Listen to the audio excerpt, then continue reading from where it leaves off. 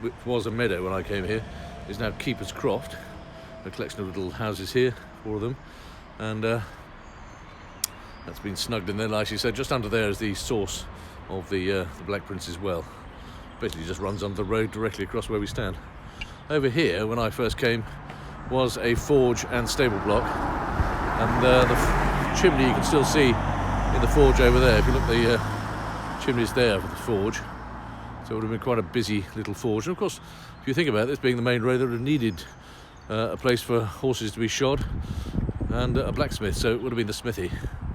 You can just about see where some of the holes have been filled in on the far end there, where possible they might have dispensed hot horseshoes. Who knows? Now we're coming to Pear Tree Cottage, which the Blake balls of this world will recognise. That's where Ken and Maggie and the kids Neil and his sisters used to live. Pear Tree Cottage. You can also see here another bricked-in window up in the corner there. See that one there? So that bricked-in window was probably bricked in around the time of brick tax. Brick tax was abolished in 1851, along with glass tax. That's why the Great Exhibition of 1851 was built of glass and not of brick and etc. So if we look up there, it's a nice little, it's like a duck quacking. And we've got their central heating on. So, and the cottage next door was used in a programme by Channel 4 called The Family. Again, here at the front you can see the old bricked-in front doorway, or possibly a window. Might well also have been from the window tax period. But so I clearly remember sitting in there having fun with Neil all those years ago. And as you come up to basically what is called Cumberland House, I think, is it? Cumberland Cottage. This is where Simon Hughes lived, and this is where they filmed The Family. And then next we have, I think it's called,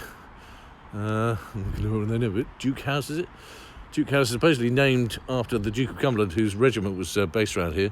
And it's funny, when you look at this house from the top of the hill, it looks, to all intents and purposes, like an H. A white H stands out for some reason.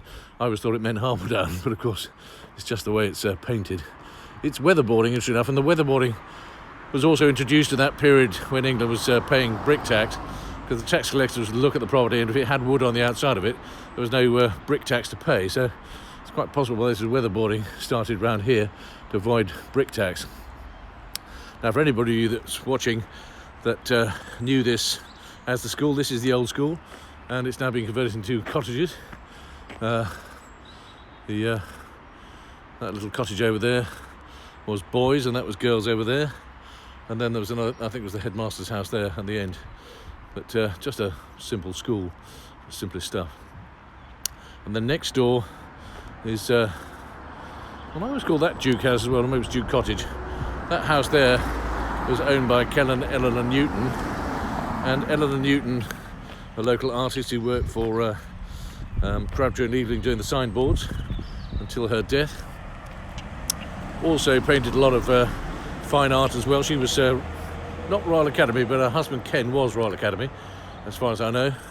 And Ken passed rather quickly in the 1980s from cancer of the spine. It's very, very quick and very sad. Lovely chap, and a real charming artist. The building itself has been taken over by Angie Long from the Loft, and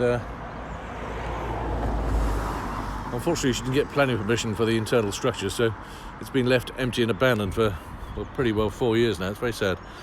I remember restoring a car in that garage with Kimball Newton in the 80s, when we still had sort of fun, and we're going up towards Seacombe Cottages. As you can see, it's still a busy road, Harbledown, even though it's pretty well empty. I suppose you're really supposed to be self-isolating, but clearly not if you have a Range Rover. And it also helps if you're driving while on the phone. Clearly that makes a big difference. So looking up the way there, that was the old way up to Duke's Meadow, and we're just making our way back up towards the pub, and we'll just have a little view into the Black Prince's Chantry.